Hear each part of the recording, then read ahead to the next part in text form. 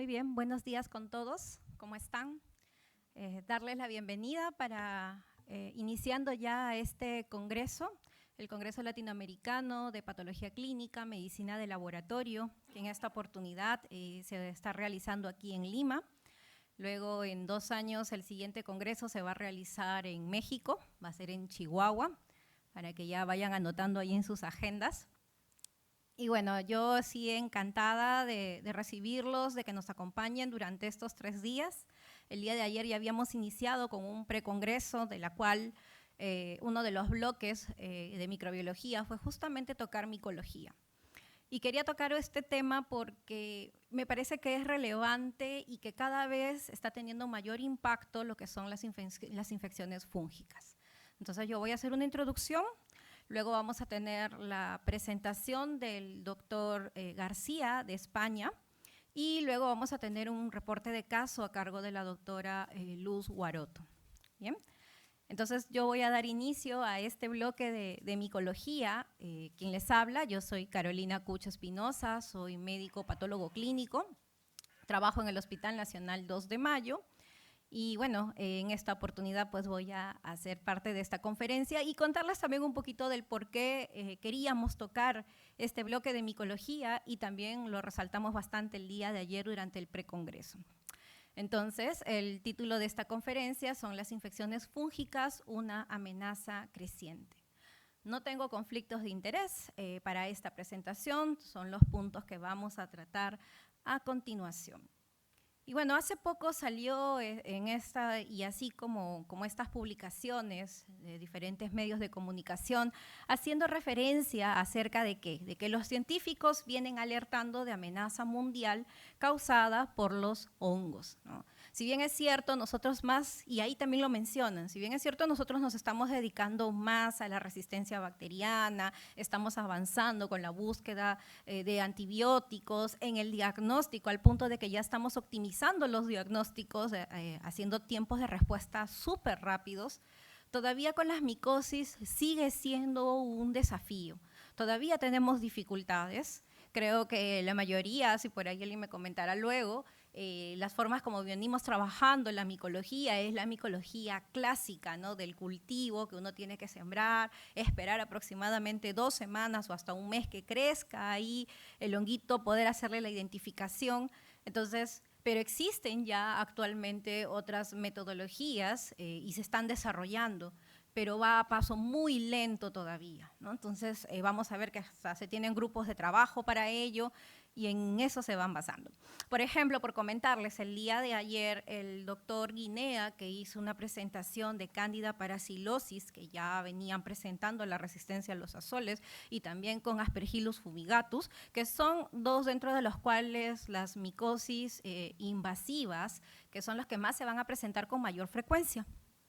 Y él hacía la mención del uso de espectrometría de masa MALDI-TOF. Y preguntó ayer también en la sala, ¿no?, cuántos utilizaban MALDI-TOF. Y bueno, pues en la sala, solamente acá en Lima por lo menos, somos 3 lugares en los cuales se realiza con esta metodología, ¿no? Y ellos utilizan esta metodología para poder hacer la identificación de los hongos, ¿no? Bueno, entonces ya desde ahí ya comienzan a dar la alerta acerca pues de que sí se está evidenciando esta resistencia. Entonces, estos patógenos fúngicos, como veníamos mencionando, pues constituyen una amenaza importante para la salud pública, ¿no?, ya que cada vez es más común y es resistente poder encontrarlos al tratamiento. Y hay que también tener en cuenta que solamente tienen acá 4 clases de antifúngicos nada más, en los cuales están los azoles, las poliamidas, las pirimidas, ¿no?, y las equinocandinas. Son las 4 clases de antifúngicos que se tienen, y de esas también ya vienen presentando resistencia. Para la mayoría de los patógenos fúngicos, como venía haciendo mención, pues no se disponen de pruebas diagnósticas rápidas y sensibles. Creo que están contaditas con los dedos en la mano, ¿no? Por ejemplo, para criptococo utilizamos el antígeno de criptococo, ¿no? Para las muestras, para cuando sospechamos de aspergilosis, utilizamos el galactomanano de muestras de lavado broncoalveolar, ¿no?, o de muestras de sangre, pero se trabaja bajo ciertas condiciones, ¿no? Y vamos a ver que también cuando mencionan para los diagnósticos de estas infecciones fúngicas invasivas, el diagnóstico definitivo es con la biopsia, o sea, el estudio de anatomía patológica, es hacerle la biopsia, es hacerle los aspirados, es la evaluación del tejido. A partir de ahí es el diagnóstico definitivo. Y por la parte de un diagnóstico probable de estas infecciones fúngicas es a través de los cultivos que vienen de los lavados broncoalveolares o de las muestras de esputo, pero estas tienen que ir acompañadas del cuadro clínico y factores de riesgo para yo decir que sí hay presencia de una infección micótica. Entonces, aquí en las estadísticas nos hacen mención de que estas enfermedades fúngicas afectan a 6,5 millones de personas al año y de lo cual representa alrededor de 3,8 millones de muertes. Entonces, estas estadísticas se basan en más de 85 países en el mundo, que es alrededor del 90% de la población mundial. Hay un número considerable de patógenos que están dentro de la lista de prioridad. En el año 2022, la Organización Mundial de la Salud hizo una alerta, así como también publicó ahora en el mes de abril, mayo, hizo la publicación también de aquellos patógenos de bacterias, de las cuales también estaban presentando una alta resistencia y los clasificaban pues como una prioridad pues crítica o alta, ¿no? Lo mismo también hicieron con los hongos. Pero con los hongos no se ha visto que tenga tanta relevancia, y eso es lo que también venían mencionando muchos grupos de estudios científicos, de las cuales dicen ya, si bien es cierto, OMS ha publicado la lista, como podemos ver ahí, la lista en la cual están aquellos grupos que tienen la prioridad crítica, donde está Cryptococcus, Aspergillus, Candida auris, que después vamos a ver el reporte de caso que se publicó aquí en Perú, ¿no? De lo cual, bueno, hasta ahora solamente se han reportado los 3 casos, pero ya nos han dicho pues que uno tiene que estar haciendo la vigilancia activa en búsqueda, ¿no?, de estas micosis. Entonces, están presentes ahí, lo hace mención la OMS, pero ¿cuántos de nosotros pues estamos haciendo la búsqueda de estos agentes? Y no solamente eso, no solamente es identificar, sino que también hay que llegar a la parte de lo que es la susceptibilidad. Y el día de ayer también veíamos que no es tan fácil realizar estos procedimientos de susceptibilidad, probablemente lo tendría que hacer algún laboratorio de referencia. En muchos de los casos se mandan aquí en Perú al laboratorio del Instituto Nacional de Salud. Ayer también tuvimos la presentación del biólogo que está a cargo del área y pues venían pues recopilando todas las cepas que venían de acá de Lima y provincias del Perú, en donde hacía mención pues de las metodologías que venían trabajando para realizar la susceptibilidad a los antifúngicos. Entonces ahí también tenemos al otro grupo, el grupo de prioridad alta, en la cual pues aquí está histoplasma, por ejemplo, ¿no? Algunos de los mucorales. Los mucorales dieron bastante que hablar con la mucormicosis, ¿no?, durante el COVID, y ahí lo vamos a mencionar en un momento. Bueno, entonces, durante el COVID también apareció o resurgieron los hongos que uno no pensaba, ¿no? Y aumentaron más bien en cantidad porque fue ahí donde apareció Candida auris, aparecieron Aspergillus, sobre todo Aspergillus fumigatus, y Aspergillus está relacionado con el uso de ventilador mecánico. Si el paciente ya tiene más de 2 días con el ventilador mecánico, entonces van aumentando las probabilidades de que pueda hacerme alguna aspergillosis invasiva. O también desde que el mismo paciente esté en la unidad de cuidados intensivos, hablan de que puede aumentar hasta un 13% esa probabilidad. Y con el uso del ventilador puede aumentar hasta en un 50% esa probabilidad de adquirir estas aspergillosis invasivas. Y eso es lo que veíamos luego en los pacientes de COVID. Luego, cuando salían del cuadro de COVID, estos pacientes seguían todavía con, entre comillas, probablemente secuelas, pero podían haber sido aspergillus, ¿no? Porque eso también mencionaban en las literaturas.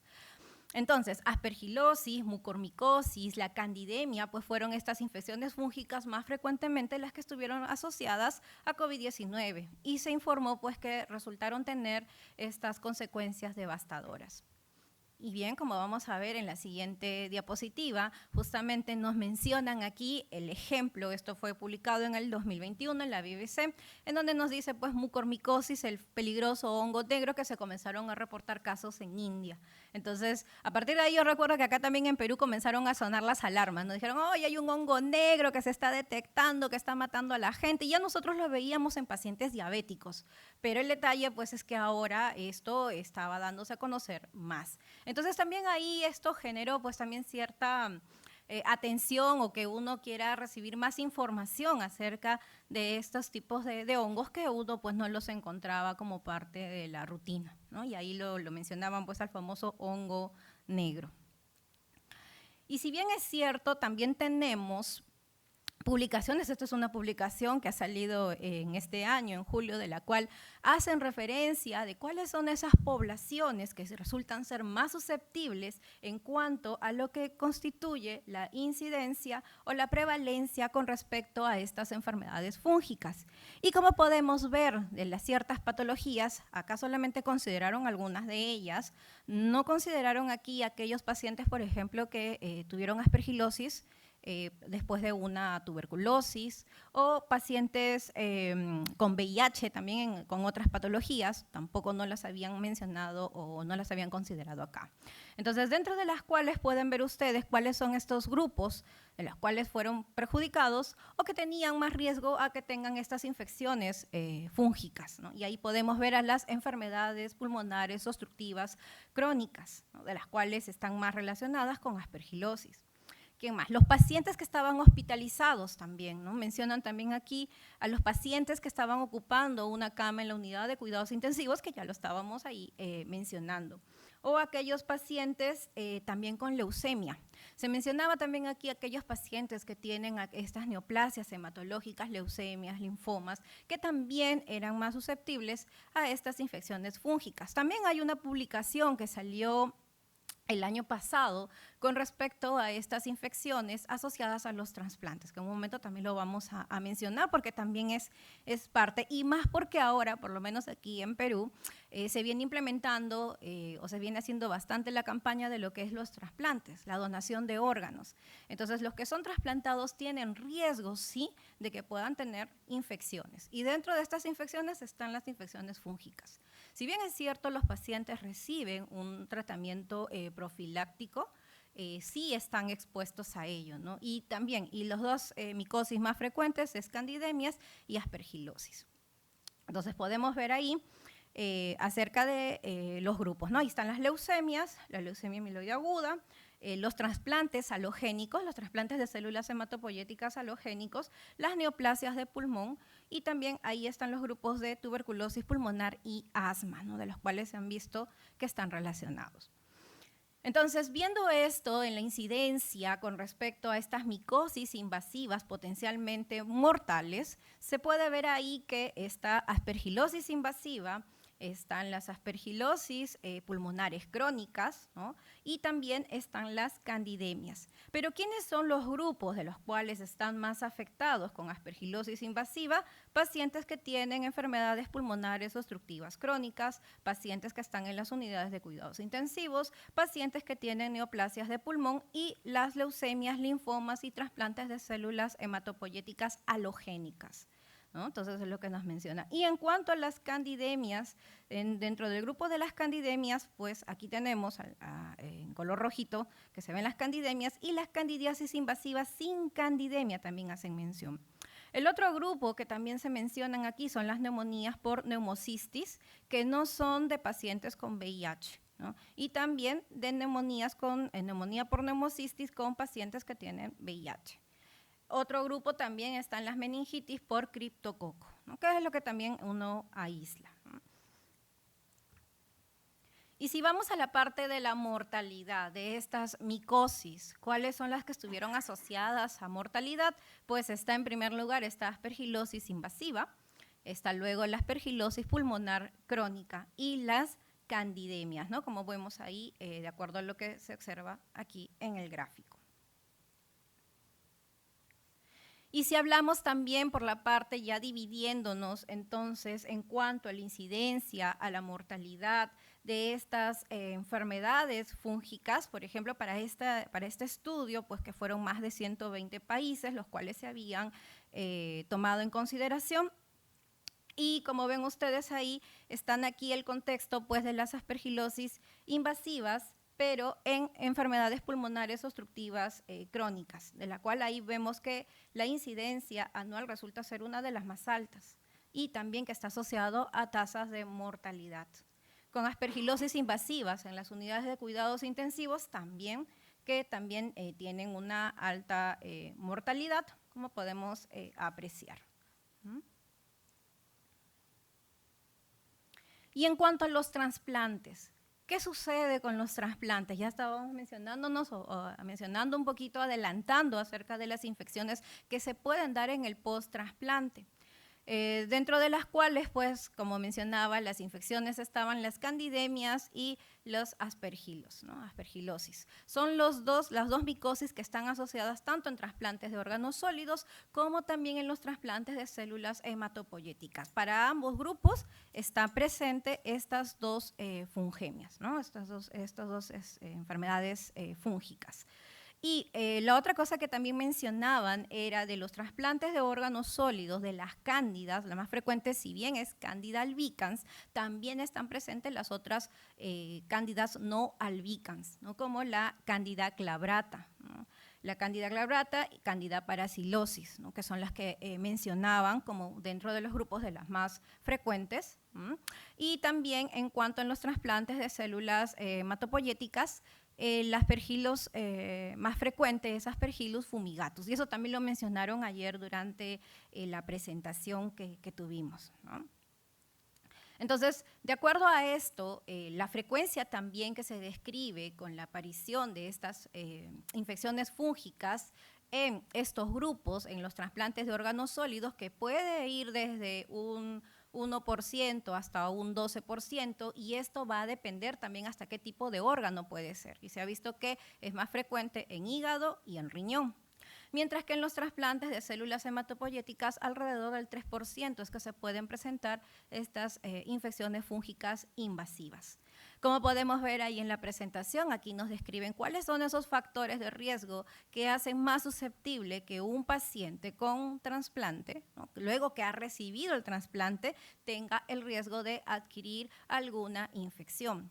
Desde el punto de vista de que uno puede adquirir hasta por vía, porque sabemos que estas micosis uno las adquiere por vía inhalatoria, por ejemplo, Aspergillus, ¿no? Entonces el paciente está más susceptible, hasta en los mismos, en el entorno donde vive o hasta en el entorno hospitalario podría adquirirlo. Hace mención también de que los pacientes también pueden tener alguna otra enfermedad de fondo, ¿no?, como diabetes, por ejemplo, diabetes mellitus. Los mismos fármacos que se utilizan, que son fármacos inmunosupresores, también lo hacen más susceptible a que puedan adquirir estas infecciones. Además, también los pacientes reciben tratamiento antibiótico, y el hecho de que reciban tratamiento antibiótico también se hace mención de que cambia la microbiota. Entonces, el hecho de que cambie la microbiota también lo mencionan como más susceptible a que pueda realizar algún tipo de estas infecciones fúngicas invasivas. También mencionaban aquí en la literatura de que aproximadamente de 2 a 6 semanas podrían iniciar algún tipo de infección luego de haberse dado el trasplante, ¿no?, en estos grupos. Como podemos ver ahí, pues son varias las situaciones. Ahora, también están asociados aquellos pacientes en los trasplantes de órganos sólidos, si es que se va a tener que hacer alguna reintervención o si mi paciente va a presentar alguna complicación vascular, ¿no? Entonces también se mencionan de que estos también resultan ser factores de riesgo para que puedan adquirir estas infecciones fúngicas. Y bien, como dice aquí en este título que nos hace mención y nos dice, más allá de las bacterias, la creciente amenaza de la resistencia a los antifúngicos, ¿no? Entonces, aquí en esta carta, ¿no?, que menciona aquí el autor, hace referencia de cuáles son las complicaciones que les venía mencionando al inicio, ¿no?, que nosotros dábamos mucha prioridad a lo que son las infecciones bacterianas, la búsqueda de la resistencia bacteriana. Tenemos grupos, ayer mencionábamos, ¿no?, acá también tenemos hasta grupos de PROAS que nos encargamos de estar viendo toda la parte de la resistencia, pero la parte de las micosis pues están quedándose de lado, ¿no? Entonces, él hace ahí una reflexión y nos dice pues que estos diagnósticos de infecciones fúngicas pues suelen retrasarse o resultan difícil, lo que aumenta el uso inadecuado del tratamiento antifúngico y el riesgo de aparición de resistencia in vivo. Otro que también ahí hace la reflexión es que un factor que contribuye a este problema, como me venía mencionando, hay pocos ensayos de flujo lateral sencillos disponibles para poder hacer un diagnóstico con precisión de un grupo de enfermedades fúngicas, ¿no? Entonces, estos métodos más precisos y sensibles, la espectrometría de masa, que en nuestro caso, en nuestros países, pues resulta ser pues un poco limitado, ¿no? Por eso dicen aquí, está lejos de una realidad para los laboratorios de las cuales vengan de países de bajos y medianos ingresos. Las pruebas de sensibilidad a los antimicóticos también son complejas y están fuera del alcance de la mayoría de los laboratorios de diagnóstico y requieren también de una formación especializada. Después también hacen mención acerca de que del aumento de las infecciones que se estaban observando con Aspergillus fumigatus resistente a los azoles, ¿no? La Cándida parasilosis, ¿no? Que ahora se le conoce con el nombre de Nacasiomices glabratus, ¿no? Ese es su nombre ahora, resistente a los azoles y a las equinocandinas. Y también la epidemia de Cándida auris resistente a múltiples fármacos y panresistente, ¿no? Un tricofitón que también resulta ser resistente a la terbinafina, ¿no? Que es uno de los tratamientos que se utiliza, ¿no? Como parte de lo que se tiene, ¿no? Para estas micosis. Y bien, mencionando entonces a Cándida auris, vamos a contar aquí un poquito de este reporte de caso que se tuvo aquí en el Perú. Este pues resulta ser un patógeno muy problemático porque puede persistir en el entorno hospitalario, ¿no? Y tiene modos de transmisión que también resultan ser similares a las bacterias resistentes a múltiples fármacos. Todavía sigue siendo un desafío porque puede presentar resistencia pues, a varios o incluso a todos los principales antimicóticos, ¿no? Que ya los estábamos mencionando. Y bien, este fue el reporte, ¿no? de Cándida auris, el primer reporte que fue publicado en el 2021. Esto sucedió en el Hospital Almenara, ¿no? Que ahí también le hacen mención, fue entre agosto y noviembre del 2020, que fueron 3 pacientes de los cuales se aisló la Cándida auris. Aislaron 5 cepas sospechosas de Cándida auris provenientes de 4 hemocultivos y de una herida, ¿no? Aislados de 3 pacientes hospitalizados. Y ahí tienen a los 3 casos de los cuales podemos ver ahí que de estos 3 casos que sucedió en este hospital, que también es un hospital de alta complejidad, pues 2 de ellos se aislaron en pacientes hospitalizados y uno que fue en consultorio, se aisló en el consultorio de dermatología a través de una secreción de herida, por ahí tomaron la muestra. Lo que sí se puede apreciar aquí es que estos 3 casos estuvieron expuestos por lo menos a un dispositivo invasivo, tuvieron estancias hospitalarias prolongadas, también tuvieron infecciones bacterianas, Acinetobacter, Pseudomonas, o sea, ya venían recibiendo también antibióticos de amplio espectro. Y de los 3 casos, un paciente falleció, y ninguno tampoco recibió tratamiento antifúngico. Entonces entenderemos de que estos pacientes estaban ya colonizando pues a esta cándida, ¿no? Entonces, y también vieron que las cepas aisladas mostraron resistencia al fluconazol. ¿Y cómo lo detectaron? Lo detectaron, ahí también vieron que ellos trabajan con el equipo automatizado para hacer la identificación de las levaduras, y salió, dice, con un porcentaje del 94%, ¿no? Entonces, ante eso fue que la cepa la derivan al INS, el INS se encarga de hacerle por espectrometría de masa, le hacen también por el cromoagar, porque hay un cromoagar que es para Cándida auris, también se lo hicieron, y ahí pues con ello lo identificaron. Además también le hicieron a estas cepas estudios de secuenciamiento, que eso ya se hizo en el laboratorio de referencia. Entonces, de esa manera es que pudieron hacer toda esta identificación para Cándida auris. Entonces, resulta también ser de alerta y nosotros también ante esas sospechas o esa duda, pues tendremos que llevar al laboratorio de referencia, no más si todavía son cándidas no albicans, entonces si no las podemos identificar, como sucedió acá, porque vieron ahí, porque en la rutina uno trabaja con el cromoagar, que solamente no se identifica alguna de las cándidas, entonces ellos vieron y dijeron, no, acá hay cándida no albicans. Entonces, eso fue lo que motivó luego trabajarlo en el equipo automatizado. No salió ese 100% que uno esperaría de una identificación perfecta y ante la duda fue que lo derivaron al laboratorio de referencia. Como les comentaba, también existe un grupo que se llama Fondo de Acción Global para las Infecciones Fúngicas, el grupo Gafi. Si ustedes acceden a la página web, también pueden entrar ahí a lo que es cómo se ve el comportamiento de las micosis a nivel mundial, de diferentes tipos de micosis, y ahí también hacen una reflexión por la parte del diagnóstico, que si bien todavía resulta siendo poco, ¿no? Resulta siendo poco. Y este grupo dice que se formó en el año 2013 y que resulta ser uno de los grupos que está involucrado pues, con los que son las enfermedades fúngicas en términos de salud pública y estima que con un mejor diagnóstico y tratamiento disponible pues se va a lograr reducir este número de muertes por aquellas enfermedades por micosis, ¿no? Entonces, ¿qué es lo que ellos están comprendiendo? ¿Cuál es la temática con la cual vienen trabajando?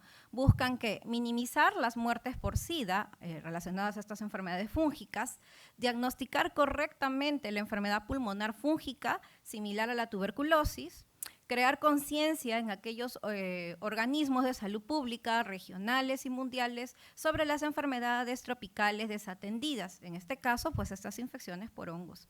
Ampliar a los servicios de laboratorio para el diagnóstico de estas enfermedades fúngicas mediante la educación, transferencia de tecnología y atender esta resistencia fúngica, antifúngica como un problema global urgente.